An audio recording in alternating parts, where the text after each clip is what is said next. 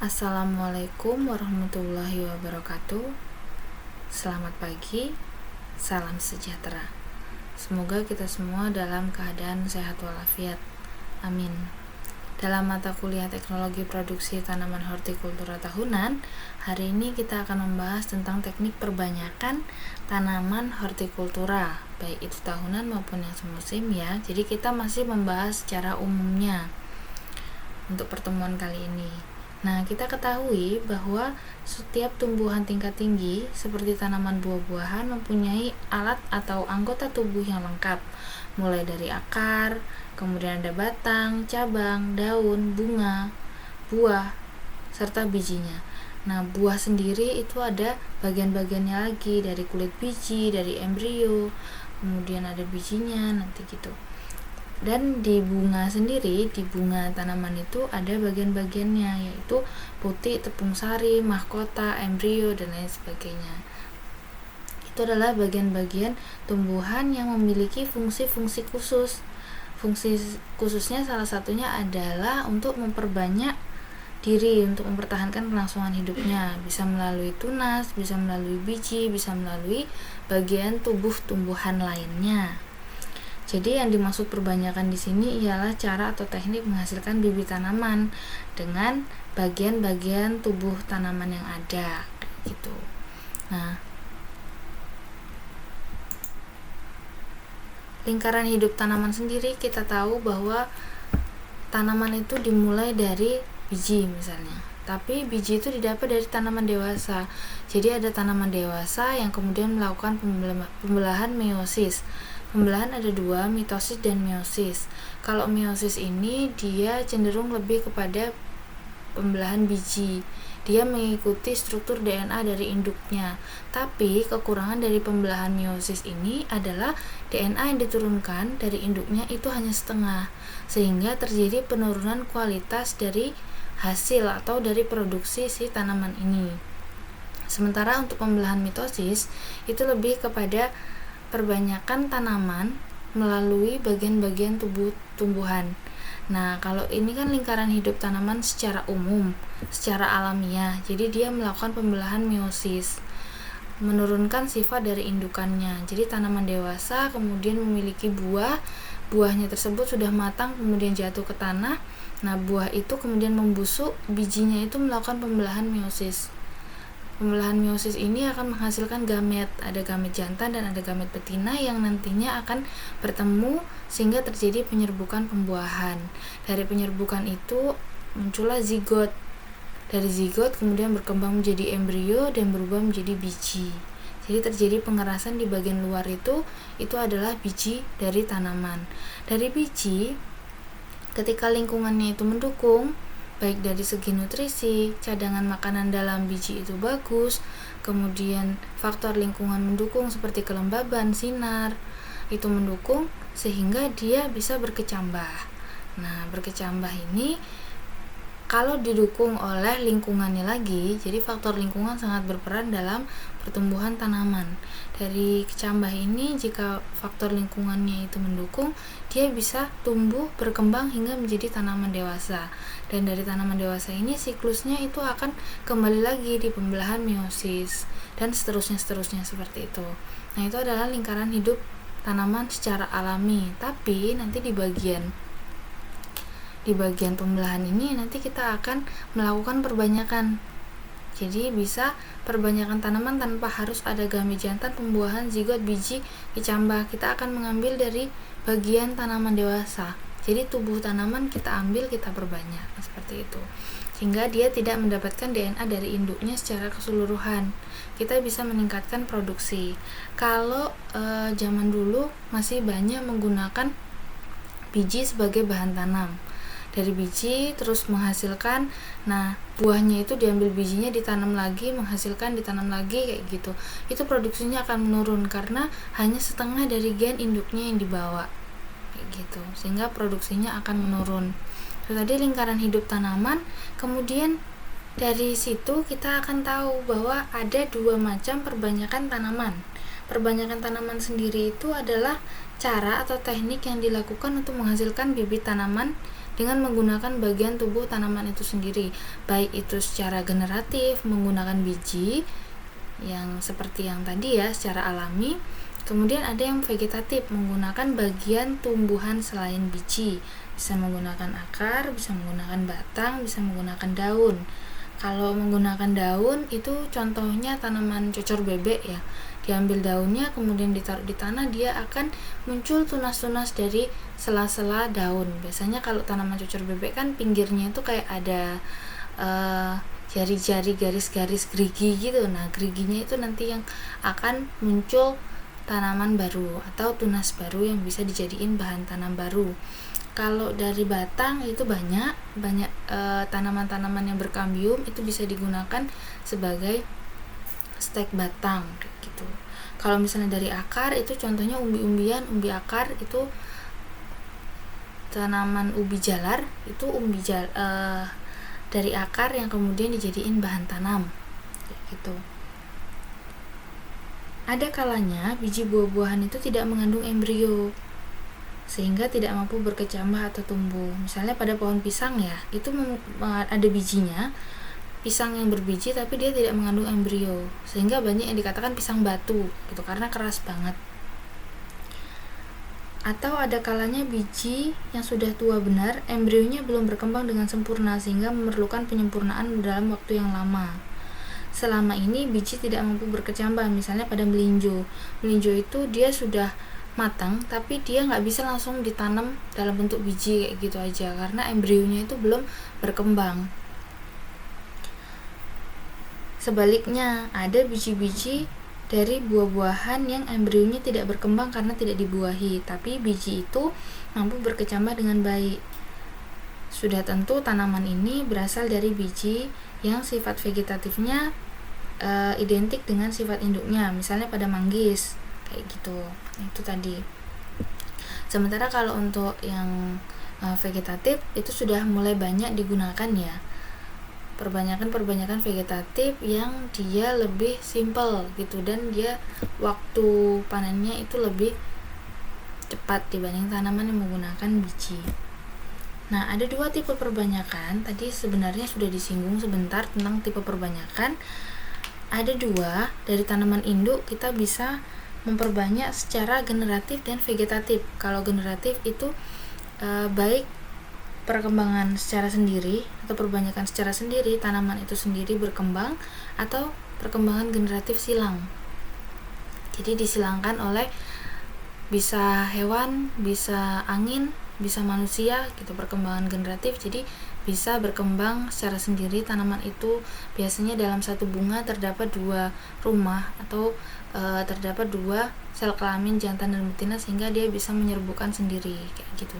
Kalau penyerbukan silang biasanya dibantu oleh hewan maupun angin dan manusia. Kemudian dari generatif ini nanti akan terjadi pembuahan. Pembuahan ini akan menghasilkan biji, biji menghasilkan buah, buah jatuh kemudian menjadi tanaman baru, atau biji ini diambil oleh manusia diperbanyak sehingga menjadi tanaman baru. Kemudian untuk perbanyakan vegetatif ini banyak macamnya. Salah satunya ada stek, ada sambung, ada kuljar. Biji di sini bijinya diperlakukan, jadi tidak biji langsung ditanam, tapi biji dengan perlakuan khusus dalam media perbanyakan atau media kultur jaringan ini tadi ya. Kemudian dari sini kita akan mendapatkan tanaman baru yang sama secara genetik dengan tanaman induknya. Jadi gennya itu menurun secara keseluruhan. Kalau ini tadi kan menurunnya hanya setengah karena terjadi pembelahan meiosis tadi. Tapi kalau kultur jaringan atau vegetatif, perbanyakan vegetatif, kita akan mendapatkan tanaman baru yang secara gennya sama dengan induknya. Jadi kita akan mendapatkan kualitas yang sama.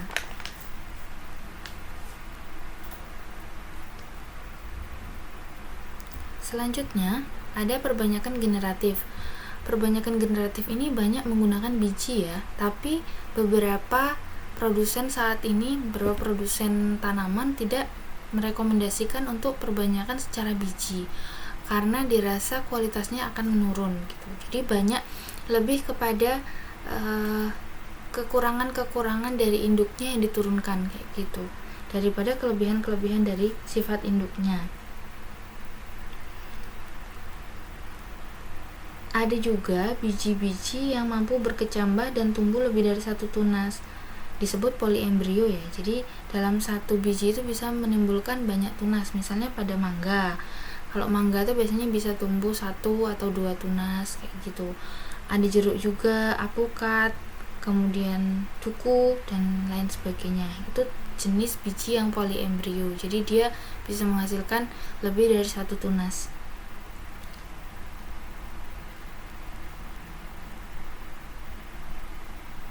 Yang kedua,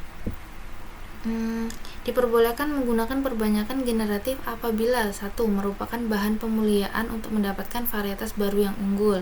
Tadi di slide sebelumnya ini ada vegetatif biji, menggunakan biji, tapi biji di sini sudah diberikan perlakuan sehingga bisa mendapatkan varietas baru yang unggul. Kemudian boleh menggunakan perbanyakan generatif apabila batang bawah atau understem dalam perbanyakan tanaman dengan penyambungan. Jadi batang bawahnya itu adalah biji ditanam kemudian menghasilkan tanaman, itu biasanya dia memiliki perakaran yang lebih kuat sehingga bisa dijadikan batang bawah. Kemudian nanti disambung dengan batang atas yang memiliki kualitas atau produksi yang tinggi, kemudian tahan terhadap penyakit kayak gitu. Kalau batang bawah biasanya dicari yang batangnya kokoh, akarnya kuat, itu bisa dijadikan batang bawah yang biasanya didapat dari perbanyakan generatif atau tumbuhan biji.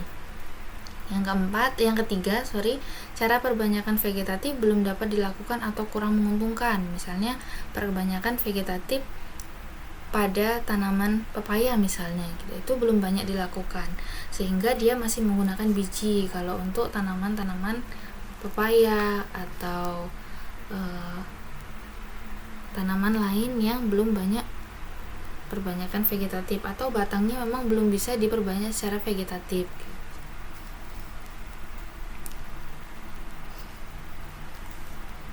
Selanjutnya, penggunaan biji sebagai bahan tanam. Biji tidak dapat disimpan karena dia rekalsitran. Seperti dia tidak boleh dijemur di bawah matahari langsung gitu. Penjemuran sebaiknya dilakukan di bawah sinar difus atau tidak langsung ya, yakni kering angin. Hanya beberapa jam aja sebelum disemaikan karena benih rekalsitran ini gampang berkecambah dan memiliki viabilitas yang rendah. Kalau disimpan dalam jangka waktu yang lama banyak kehilangan viabilitasnya, daya kecambahnya gitu atau daya hidupnya gitu. Nah, sifat poliembrio yang dimiliki oleh benih-benih ini dapat menyulitkan program pemulihan atau seleksinya hingga kadang-kadang susah memisahkan antara semai vegetatif dengan semai generatif karena dia banyak menghasilkan tunas. Kemudian yang kedua, tidak boleh dijemur langsung sebelum tanam, yaitu karena dia kalau dijemur langsung benihnya gampang rusak kayak gitu. Kemudian yang ketiga, ada beberapa biji yang dapat disimpan agak lama atau ortodoks. Biji yang ortodoks ini adalah jenis biji yang tidak cepat berkecambah kayak gitu. Jadi dia memiliki daya simpan yang agak lama, kemudian tidak atau masih bisa mempertahankan viabilitasnya dalam jangka waktu yang agak lama, misalnya kedelai, kemudian kacang hijau gitu, itu masih bisa. Yang keempat, dalam pembibitan diperlukan tindak isolasi, seleksi, sortasi. Jelas kalau misalnya pembibitan ditanam langsung bibit secara langsung kayak gitu tanpa adanya sortasi atau isolasi, itu maka benih yang dihasilkan belum tentu dia semuanya memiliki viabilitas 100% atau 80% minimal gitu. Sehingga sebelum ditanam biasanya ada proses seleksi dulu, dari misalnya menggunakan bijinya kita rendam air garam atau air abu gitu, nanti yang turun ke bawah itu adalah yang bagus, sementara yang mengambang itu yang dibuang karena itu biasanya viabilitasnya itu rendah. Kemudian kalau untuk diisolasi dari hama-hama gudang biasanya. Jadi kalau benih itu udah disimpan dalam waktu yang lama, biasanya diisolasi dari hama-hama gudang. Kita bisa mengisolasi benih itu misalnya dengan suhu yang sesuai dengan suhu simpan benih gitu. Jadi kadar airnya disesuaikan. Kemudian disortasi, benih yang kira-kira kecil tidak seragam dengan benih yang lainnya itu dibuang. Jadi kita menggunakan benih-benih yang seragam sesuai dengan sortasi benih. Tapi walaupun dia memiliki kekurangan-kekurangan, tapi perbanyakan dengan biji masih dapat digunakan, mengingat cara lain belum dapat dilakukan, misalnya pada tanaman waluh, melon, semangka, duku, sebagainya. Karena dalam hal ini diperlukan kaidah pembibitan, yaitu tadi melakukan sortasi, seleksi. Pada tanaman buah-buahan, biasanya macam isolasi yang digunakan adalah isolasi tempat, isolasi tanaman, atau isolasi bunga ya. Kemudian jarak untuk isolasi tempat pembibitan itu 600 sampai 1200 meter, tergantung pada sifat penyerbukannya atau penyerentara penyerbukannya. Misalnya diisolasi tanaman tersebut atau biji rekalsitran itu didapat dari tanaman yang masih hidup misalnya. Nah, itu harus diseleksi atau diisolasi dari tanaman-tanaman lainnya. Jaraknya harus 600 sampai 1200 meter kayak gitu, agar dia tidak terkontaminasi dengan tanaman lain atau penyerbukannya akan dikontaminasi oleh hama. Teknologi benih atau untuk mendapatkan benih yang bagus dari biji itu ada siklus penting, faktor penting dalam siklus pertanian. Kalau benih bermutu itu biasanya ditandai dengan adanya viabilitas tinggi, minimal 80%. Kemudian dia bebas kotoran karena dia sudah disortasi. Di dalam kemasannya atau di luar kemasannya itu benar sesuai nama. Jadi varietasnya apa, kemudian di situ ada keterangan viabilitasnya berapa, kadar airnya berapa. Dia biasanya di dalam kemasan sudah ada keterangan khusus kayak gitu tentang si benih ini. Kalau selanjutnya ada teknologi benih nih. Teknologi benih ini adalah satu inovasi atau teknik yang digunakan untuk memperbaiki kualitas dari benih itu. Teknologi benih ini perlakuan khusus pada tanaman atau calon tanaman kayak gitu. Ada penanaman khusus misalnya sesuai dengan jarak tanam, atau dia tanamannya itu atau bijinya atau benihnya itu harus diperlakukan dulu, misalnya kayak tadi diberi diberi insektisida sebelum ditanam, karena kalau misalnya benih ini ditanam di tanah kemudian dia dimakan oleh si semut tanah, dia nggak akan bisa tumbuh. Jadi dia diperlakukan dulu dengan penambahan insektisida. Kemudian pembersihan benihnya itu kalau misalnya didapat langsung dari lapangan masih kotor, itu dilakukan pembersihan.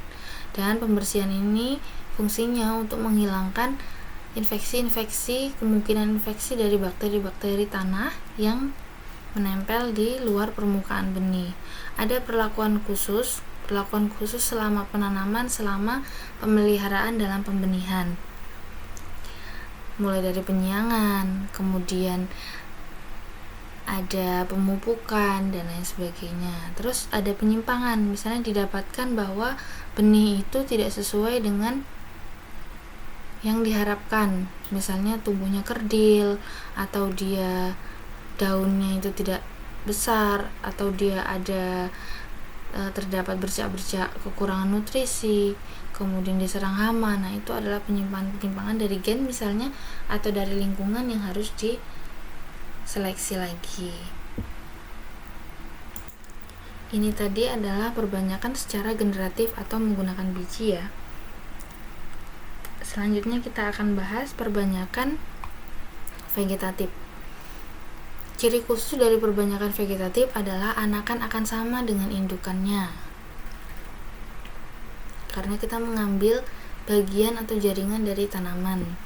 Kalau pembelahan secara mitosis itu dipercaya bahwa semua bagian tumbuhan itu memiliki sel yang bisa berkembang sehingga dia bisa dijadikan bahan tanam. Seluruh bagian tanaman itu bisa dijadikan bahan tanam. Hanya saja mungkin teknik kemudian caranya itu masih banyak yang belum dikembangkan atau banyak ditemukan. Beberapa tanaman berkambium itu sudah bisa digunakan sebagai bahan untuk bahan tanam kayak gitu.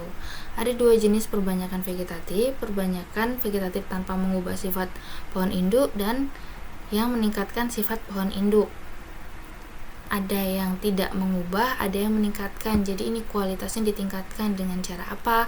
Dengan cara menyambungkan tanaman dengan kualitas yang bagus untuk batang bawah, kemudian batang atas itu dengan kualitas yang bagus juga, misalnya yang mudah berproduksi atau produksinya tinggi, varietas yang tahan terhadap hama penyakit, itu biasanya dijadiin bahan atas kayak gitu.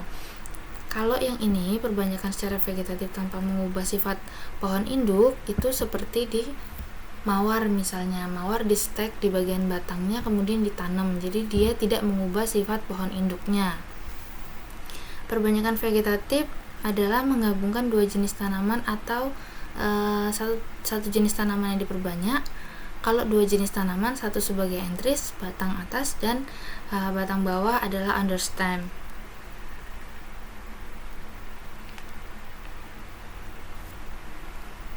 Kalau perbanyakan vegetatif tanpa mengubah sifat pohon induk, itu termasuk dalam golongan yang contohnya adalah stek, kemudian tunas, cangkokan, kemudian rundukan, merundu, ada kultur jaringan juga atau kultur merinstan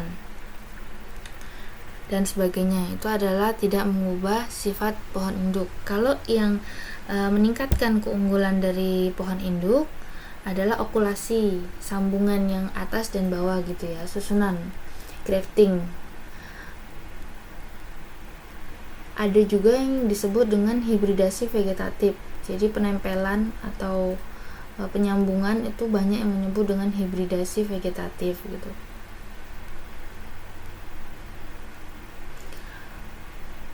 Oleh karena itu, kedua makhluk harus mampu menjalin hidup berdampingan tanpa menimbulkan efek yang tidak dihendaki, bahkan mampu meningkatkan kekuatan, produktivitas, dan kualitas hasil batang atas. Nah, untuk batang bawah sendiri atau understem harus memiliki sifat-sifat yang pertama kompatibel dengan entrisnya atau batang atasnya. Jadi dia serasi, nggak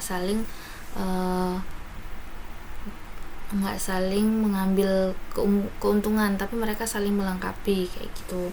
Yang kedua, resisten terhadap penyakit akar atau leher batang. Yang ketiga, dia mempunyai perakaran yang kuat dan luas. Kemudian akarnya itu banyak dan dalam, jadi dia bisa mengambil nutrisi jauh ke dalam tanah atau dia menyamping mengambil air yang ada di sekitar tanaman.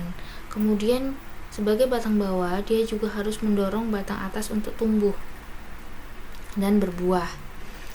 Tahan terhadap lingkungan yang menekan atau lingkungan stres. Jadi batang bawah tuh harus tahan terhadap kondisi cekaman, entah itu cekaman kekeringan atau cekaman kelebihan air gitu, kebanjiran, itu dia harus tahan gitu. Yang terakhir adalah toleran terhadap pH rendah atau alkalis tinggi. Baik itu pH-nya rendah atau pH-nya tinggi, maka tanaman sebagai batang bawah ini harus kuat. Makanya pemilihan batang bawah ini sangat diprioritaskan.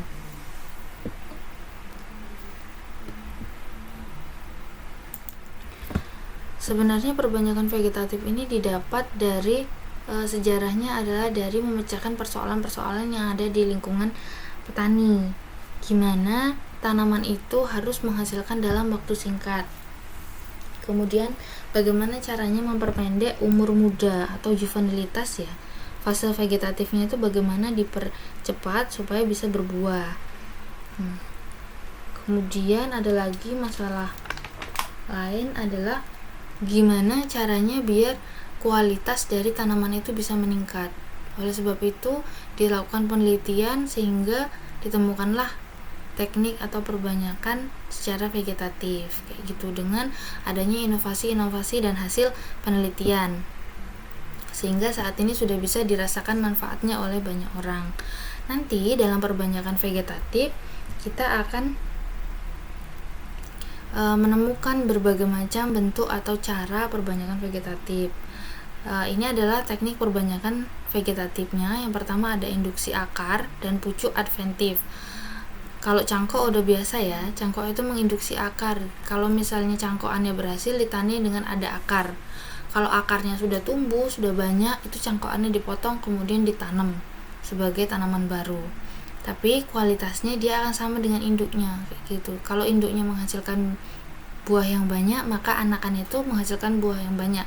Namun waktunya dia akan jauh lebih cepat. Jadi fase juvenilnya itu dipotong lebih singkat. Yang kedua, stek. Kalau stek ini sama, menginduksi akar juga dan tunas. Tergantung jenis steknya, kita mendapatkan stek apa. Kalau tanaman mawar itu biasanya diinduksi akar dan tunas gitu. Kalau misalnya tanaman cocor bebek tadi diinduksi lebih kepada tunas. Terus kalau stek apa lagi ya, stek karet misalnya kayak gitu, tanaman karet perkebunan itu diinduksi lebih kepada akarnya dulu baru tunasnya gitu, jadi memperkokoh. Kemudian merunduk ini adalah bentuk sederhana dari cangkok. Kalau misalnya cangkok itu kan di tanaman kambium yang biasanya lebih jauh dari permukaan tanah, di batang-batang gitu diseset, dibikin pelukaan pada batang untuk memutus jaringan atau pembuluh xilem dan floem sehingga dia tidak bisa menghantarkan makanan. Diputus, kemudian kita beri media tanah, diikat menggunakan karet dan plastik agar tanah tersebut tidak turun. Tapi kalau merunduk ini lebih dekat kepada permukaan tanah. Tanaman-tanaman yang bisa dirundukkan atau dirundukkan ini contohnya stroberi atau tanaman-tanaman yang menjalar. Itu bisa dirundukkan hanya dengan melengkungkan tanaman ini atau sulur dari tanaman kemudian ditimbun oleh tanah. Ini namanya merunduk gitu. Ini saya dapat sumbernya dari Pinterest gambarnya ya. Yang kedua ada teknik perbanyakan secara penyambungan, grafting dan banding. Perbedaan grafting dan banding ini seperti apa nanti kita akan bahas di pertemuan selanjutnya. Tapi secara umumnya penyambungan ini adalah menyambungkan dua batang atas maupun bawah yang memiliki keunggulan-keunggulan digabungkan sehingga menghasilkan satu tanaman utuh yang berproduksi tinggi yang memiliki keunggulan gabungan dari dua ini gitu. Kemudian diikat, nanti ditandain dengan adanya tunas kalau penyambungan ini berhasil gitu. Yang ketiga ada kultur jaringan, perbanyakan secara modern nih. Jadi tidak semua orang bisa memperbanyak secara kultur jaringan karena dia membutuhkan tempat yang steril, kemudian langkah-langkahnya juga sangat detail sehingga harus orang-orang yang berpengalaman kayak gitu dalam melakukan kultur jaringan. Biji non-zigotik, apomiktis gitu. Jadi benih-benih yang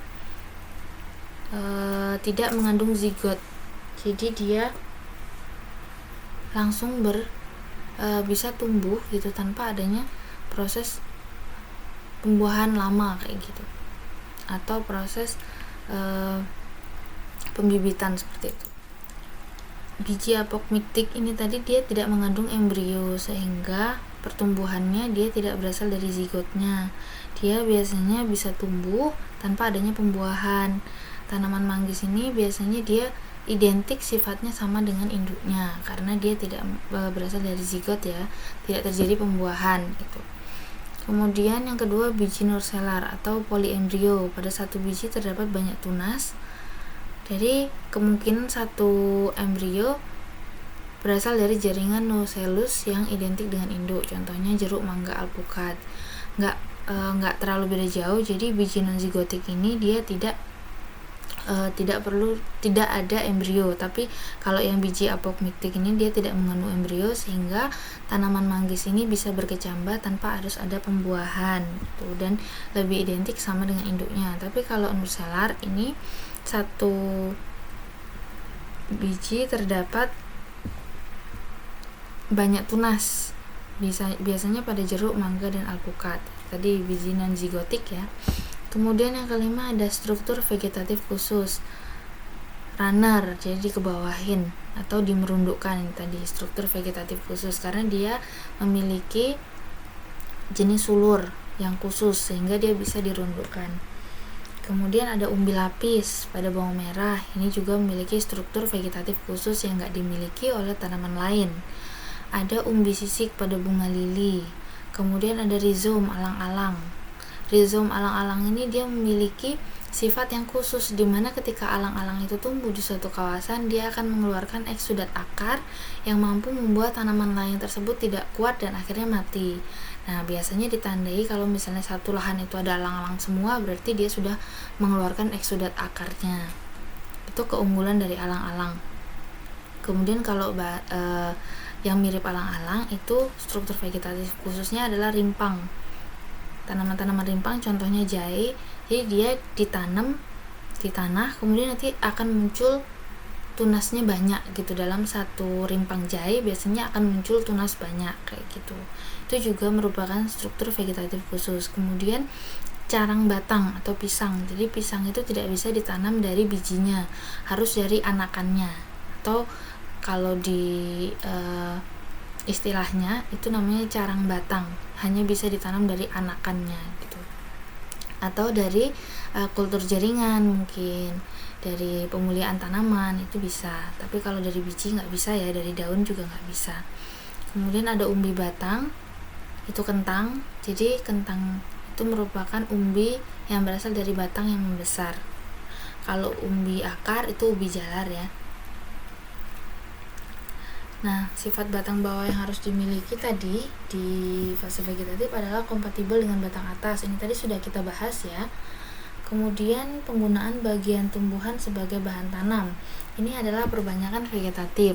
Keunggulannya itu yang pertama cepat berbuah, menghasilkan benih unggul. Kemudian tapi selain dia memiliki keunggulan itu, dia juga memerlukan biaya yang cukup tinggi, terutama untuk proses perbanyakan atau peninduksian dari akar.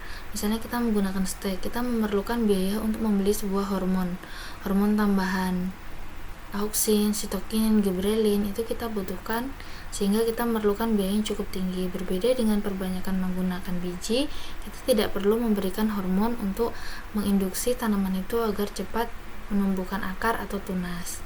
Yang ketiga, butuh pengetahuan lebih untuk melakukan perbanyakan vegetatif. Misalnya, perbanyakan vegetatif menggunakan stek, okulasi tadi ada grafting sama budding, merunduk gitu. Kita harus lebih banyak pengetahuan. Kalau biji tadi kan cuma ditanam, kemudian kita sesuaikan lingkungannya, suhu, temperatur, sinar matahari, nutrisi air, itu sudah bisa tumbuh dia. Tapi kalau untuk perbanyakan vegetatif itu kalau misalnya kita nggak pas, pengetahuannya nggak luas, maka bisa jadi mati, cangkokannya itu nggak tumbuh, akarnya, okulasinya itu mati atau nggak berhasil kayak gitu.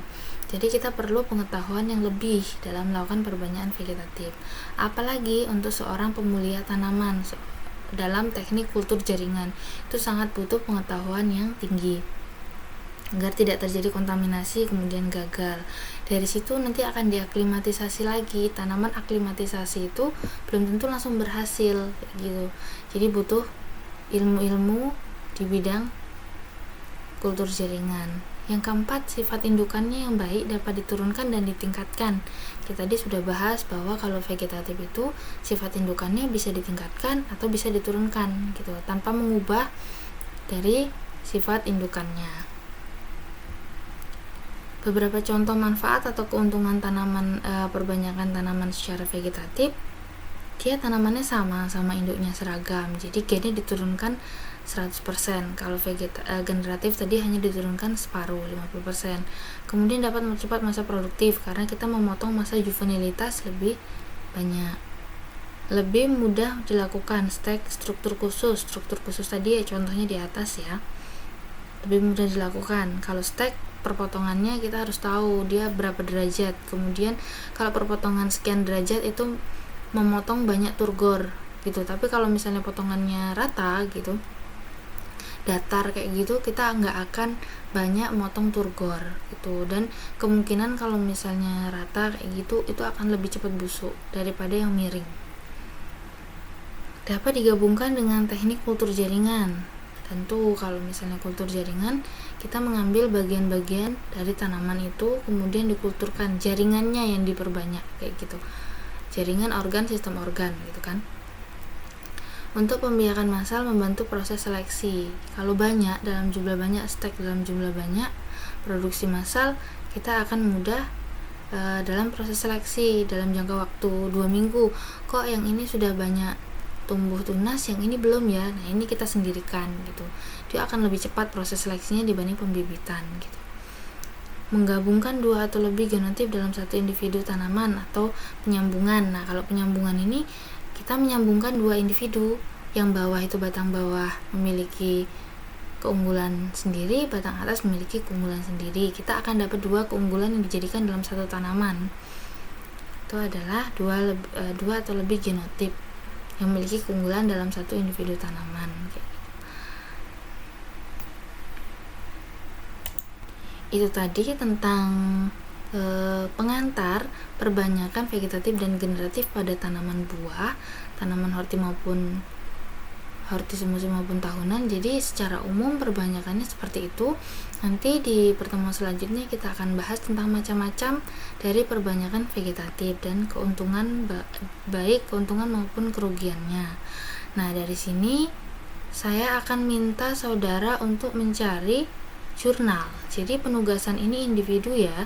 Yang pertama, mahasiswa mencari jurnal tentang perbanyakan tanaman.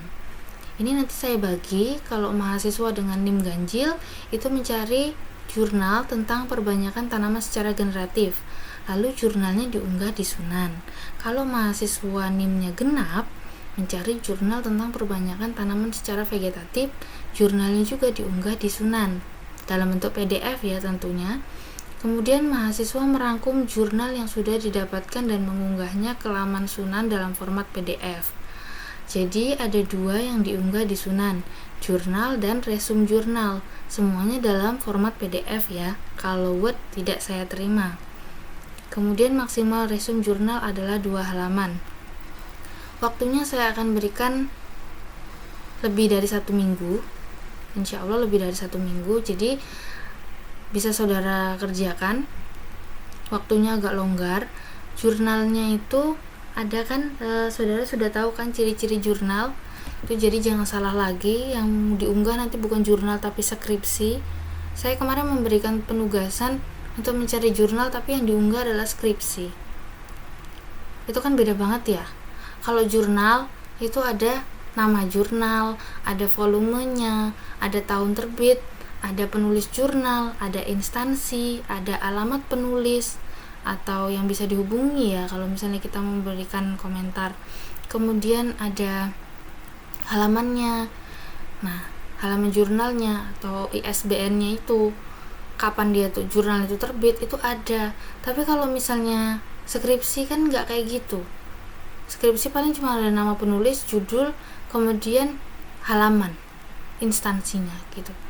Kalau di sini harus ada ya, kalau ciri-ciri jurnal sudah tahu ya gitu. Jadi harus ada judulnya, tahun terbit, nomor jurnal dan lain sebagainya itu. Nanti di jurnalnya diunggah di Sunan, jurnalnya harus dalam bentuk PDF. Kemudian ada resumnya nggak boleh lebih dari 2 halaman, diunggah juga dalam bentuk PDF kayak gitu. Jadi nanti ada 2 penugasan, 1 nyari jurnal, yang kedua diresum jurnalnya ya. Itu saja. Nanti kalau misalnya ada yang mau ditanyakan silahkan melalui grup WhatsApp. Saya rasa untuk penugasan ini sudah jelas ya. Tapi kalau misalnya memang ada yang mau ditanyakan silahkan bertanya di grup. Itu saja yang bisa saya sampaikan, semoga bermanfaat. Saya mohon maaf kalau ada kesalahan atau kekurangan. Saya akhiri. Terima kasih. Wassalamualaikum warahmatullahi wabarakatuh.